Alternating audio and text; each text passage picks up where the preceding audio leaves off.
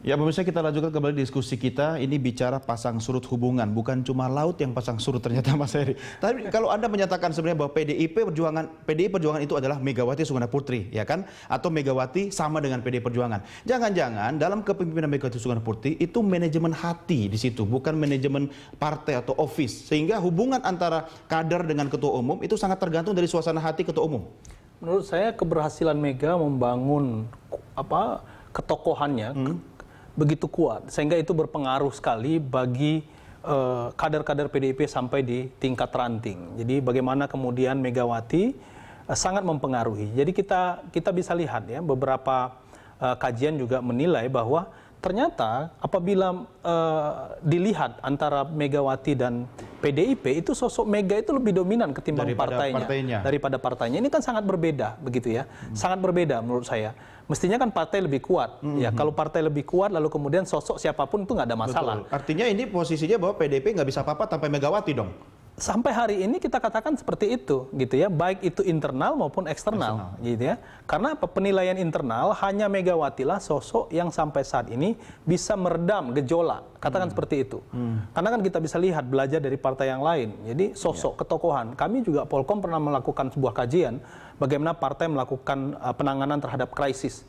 Ya, termasuk juga konflik di situ. Ternyata faktor ketokohan itu menjadi sangat penting. Figur pemersatu begitu ya? Persis. Jadi kalau partai memiliki figur yang kuat di dalam partainya, maka mereka akan lebih cepat dalam menyelesaikan persoalan konflik atau krisis yang terjadi di dalam organisasi partai. Nah, Mas Heri, di sini Megawati Soekarno Putri sebagai figur pemersatu karena Megawatinya atau karena ada Soekarno Putrinya di belakang namanya? Nah, saya kira memang keduanya tidak bisa dipisahkan. Ya, Megawati karena putri Bung Karno. Jadi putri, ya termasuk di situ ada aliran dana Bung Karno dan juga pembawa ideologi daripada Bung Karno. Jadi tapi katanya lebih marhain Taufik Kemas almarhum dibanding Megawati. Cuma karena ada darahnya. Ini menarik menurut saya kalau kita kaji. Jadi perbedaan antara TK dan Bu Mega itu dari gaya politik. Bu Mega ini kan sangat lekat dengan prinsip gitu ya, prinsip keyakinan bahasanya. Kan hari ini juga dalam pidato politiknya menyampaikan bahwa dalam politik itu kejujuran penting. Kejujuran dalam bahasa Bu Mega adalah bagaimana berprinsip.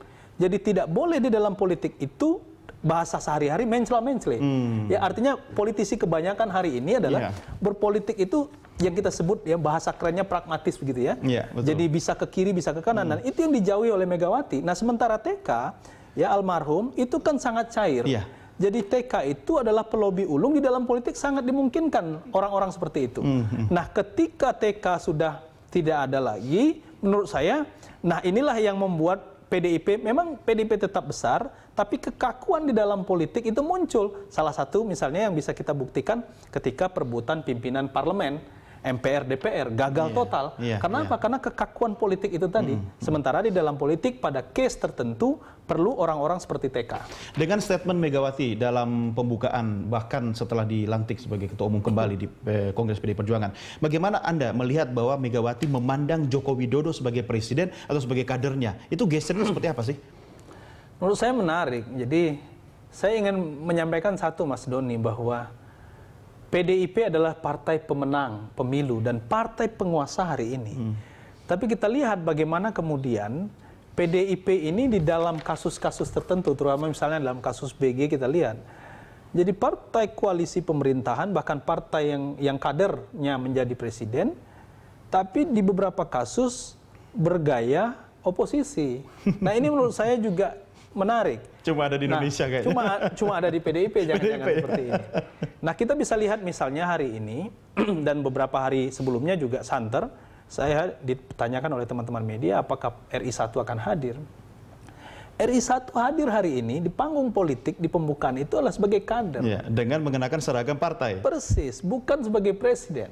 Coba Anda ingat, lihat perhelatan politik lain dalam Kongres Munas atau muktamar partai. RI1, RI2 itu ditempatkan sebagai pemimpin negara. Betul. Nah, ini menarik menurut saya untuk dikaji lebih jauh. Jadi nggak apa-apa dong kalau Bu Mega tadi statementnya, curhatnya, pidatonya seperti itu gitu kan? Karena di depannya bukan presiden tapi kader gitu kan? Persis. Jadi dalam pesan politik menurut saya itu sangat bermakna, dan maknanya itu ini soal up. Siapa yang ngatur ini semua di balik Bu Mega ini?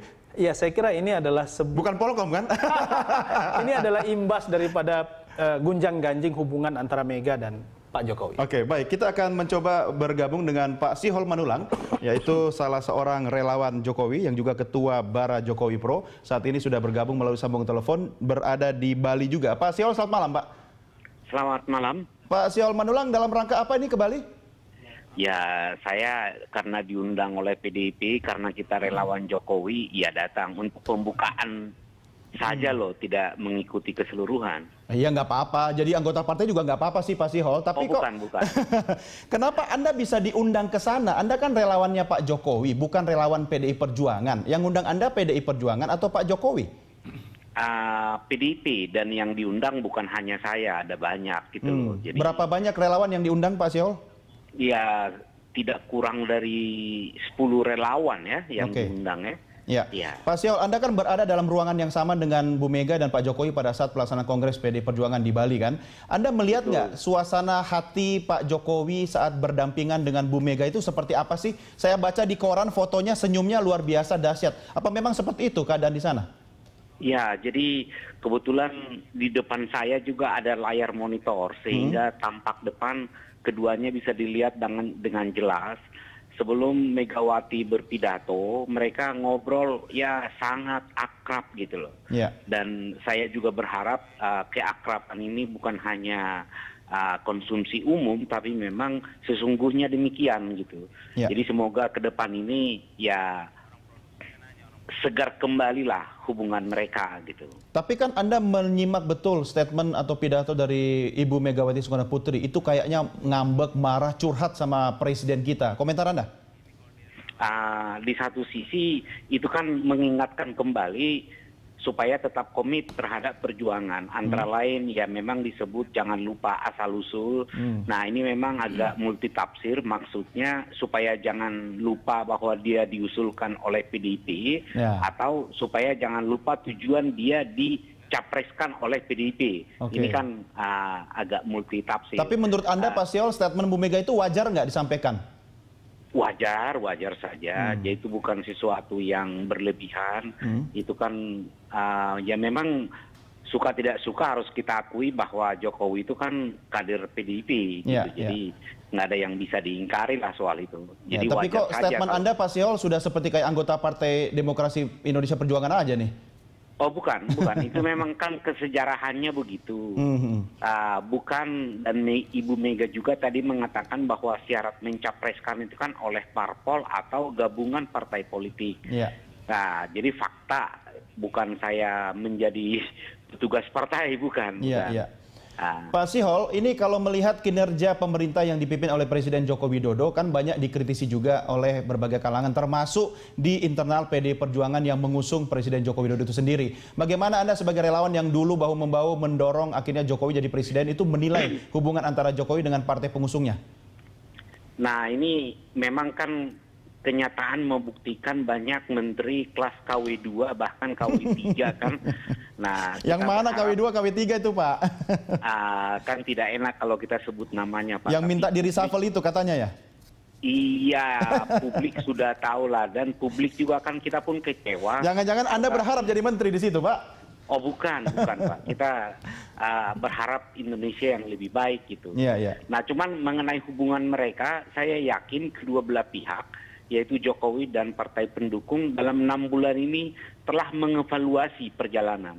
Nah saya yakin bekal atau pengalaman 6 bulan ini akan menjadi panduan mereka membina hubungan yang lebih baik ke depan. Jadi saya optimis akan semakin kompak sehingga negara kita ini konsentrasi untuk membangun ekonomi. Ini kan banyak persoalan ekonomi, Bung.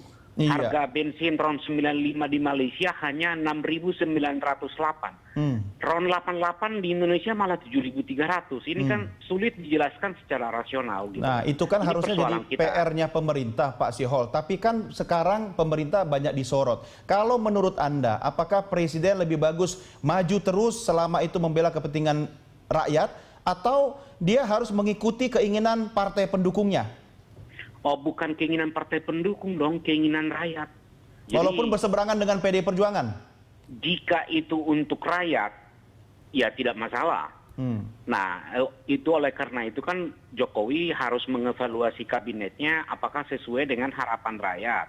Apakah memang layak harga bahan bakar RON 95 di Malaysia 95 lebih murah dari RON 88. Apakah ini sesuai dengan keinginan rakyat?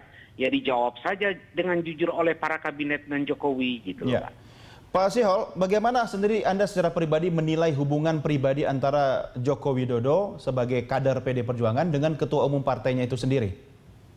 Ya, selama ini dari media massa kan termasuk dari Berita Satu kita menangkap ada ketegangan atau setidak-tidaknya komunikasi yang kurang intensif.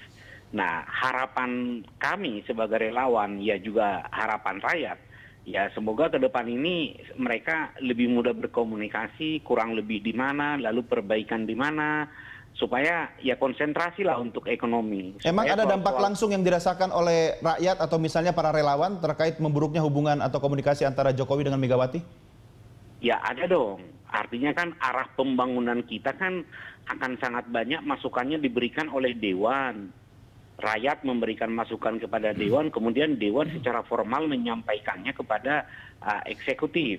Itu banyak sekali, Bung, pengaruhnya. Ya. Lalu bagaimana sebaiknya, Pak, menurut Anda, Presiden Joko Widodo yang juga kepala negara, yang juga kader PD Perjuangan, menanggapi atau mensikapi statement atau curhatan dari ketua umumnya? Ya, sebaiknya memang Jokowi harus membuka kuping lebar-lebar apa masukan mereka, kemudian mengolah masukan tersebut apakah sesuai dengan Trisakti dan Nawacita. Nah, jika masukan mereka sesuai, ya diikuti dong. Kalau tidak sesuai, ya kenapa harus fanatik pada partai pendukung, bukan soal itu. Tapi memang mana yang pantas untuk rakyat yang mendambakan kemajuan ini gitu, Bung. Ya. Menurut Anda, Pak Sihol, apa yang disampaikan Bu Mega tadi memang sesuai dengan arah dan tujuan yang ingin dicapai oleh Presiden Joko Widodo sebagai kepala negara? Nah, kebetulan sesuai karena itu pidato itu kayaknya disusun dengan kondisi yang aktual semua ya, sesuai gitu. Jadi tidak ada masalah saya pikir, Bung. Ya. Artinya kalaupun Presiden mendukung, mengamini, Anda sebagai relawan tidak merasa itu sebagai bentuk intervensi dari ketua umum partai? Oh bukan, itu kan masukan, bukan intervensi. Nah justru ini kan selama ini kan publik salah menilai. Dibilanglah Jokowi sebagai boneka Megawati. Nah pada kenyataannya, bahkan PDIP sendiri seperti kata pengamat politik kita ini kan seakan-akan menjadi oposisi. Berarti tuduhan atau penilaian boneka itu sebetulnya nggak benar. Gitu loh. Nah kemudian dalam sekarang ini itu bukan indoktrinasi tetapi masukan. Masukan kan bisa melalui berbagai cara lah. Lalu kalau ada juga pengunjuk rasa jangan dianggap itu masukan, indoktrinasi, tapi masukan aja kan. Oke, baik. Baik Pak Sihol, tetap bersama kami. Kita akan lanjutkan diskusi kita di segmen berikutnya.